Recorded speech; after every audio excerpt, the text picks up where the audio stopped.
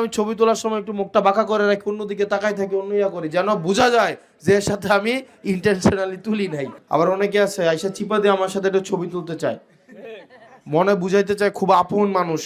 এমন আমার আরেক মারপেটের ভাই, মানে এমন ক্লোজ ভাবে এসে একটা ছবি তুলবে, আন্তরিকতা দেখাবে, হয়তো আমার সাথে কোনোদিন দেখাও হয় নাই, এই ছবি দেখায়া সারা দেবিদ্বার ঘুরে বেড়াবে। হাসনাত ভাই আমার বড় ভাই, অথচ আমি আর কোনোদিন চিনিই না।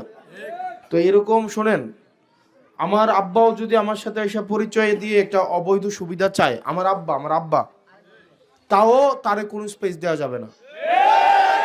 কোনো ছবি দেখিয়ে সম্পর্ক নির্ণয় করা সম্ভব না।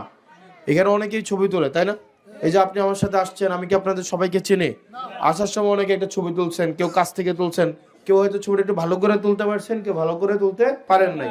আপনি দেখবেন এই কারণে ছবি তোলার সময় একটু মন খারাপ করে রাখি, কারণ আমি চিনি না কোন চিপায় পরে থাকবো, পরে দেওয়া যাবো আপনি কোন জায়গায় কোন অকাম করে বেড়াইছেন, আমার সাথে ছবিটা দিয়ে গোল করে দিবে।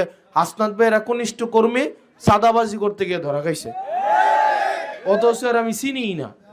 এই কারণে দেখেন আমি ছবি তোলার সময় একটু মুখটা বাঁকা করে রাখি, অন্যদিকে তাকাই থাকি, অন্য ইয়া করি, যেন বোঝা যায় যে এর সাথে আমি ইন্টেনশনালি তুলি নাই। এই কাজটা আমি করি। যাকে আমি চিনি না তার দায়িত্ব আমি কেন নিব বলেন? তার দায়িত্ব নেওয়া আমার দরকার আছে। অথবা যদি ধরেন আমাকে স্যার একজনের কাছে একটা ছবি তোলাইতেছে, এই এর সাথে একটা ছবি তুলো, সেটা আলাদা বিষয়, কারণ তখন আমি ধরতে পারবো যে স্যার আপনি তো ওনার সাথে আমার ছবি তোলাইছেন না, তার মানে আপনি কি ভাগ পান নাকি?